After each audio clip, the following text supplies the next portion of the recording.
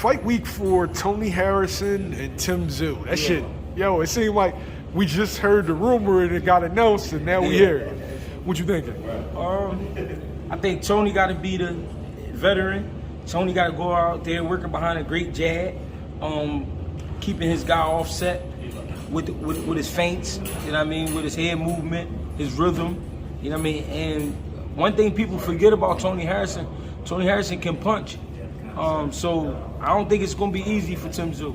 On the other hand, though, Tszyu got to go out there and be nasty, but he got to keep it up for rounds and rounds. You know what I'm saying? It's not an 8-round fight, so he got to go out there and be impressive every round to get a win over Tony Harrison, because it's not going to be easy. Tony Harrison is not a walkover. He's had his moments where he lost, and he lost like it looked bad, but what he showed me was that mental strength to come back. He's always came back, and he got better. He got better each time. So as long as Tony Harrison remember who he is, don't get bored if you get to the later rounds, because that's what happens around round 7. You start getting bored. But if he stay in the fight, stay mentally there, I think he'll win this fight easy. He's looked at as a dude that gasses. Now, you consider that getting bored. There's been fights where we thought, like Jarrett Hurd, he was up. Yeah. Charlo, he was up. Yeah. Last couple rounds, you stopped. Yeah. He's going in Australia, or to Australia. Yeah.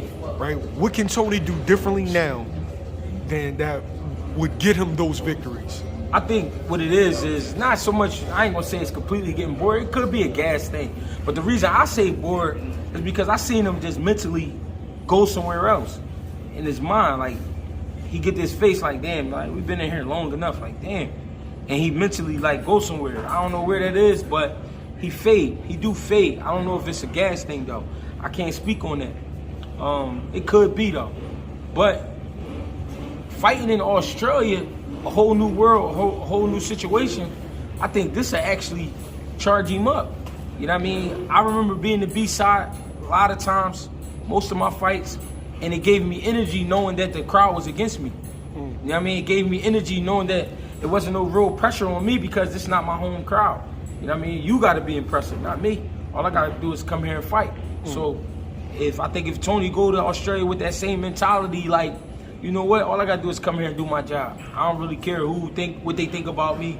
You know what I mean? Just get the job done. I think he'll go in there and do great. But he could possibly hurt Tszyu because people forget again that Tony could punch.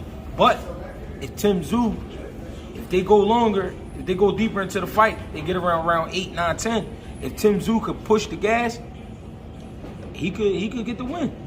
He could get the win. It's a 50-50 fight. It's a great fight. Is it 50-50?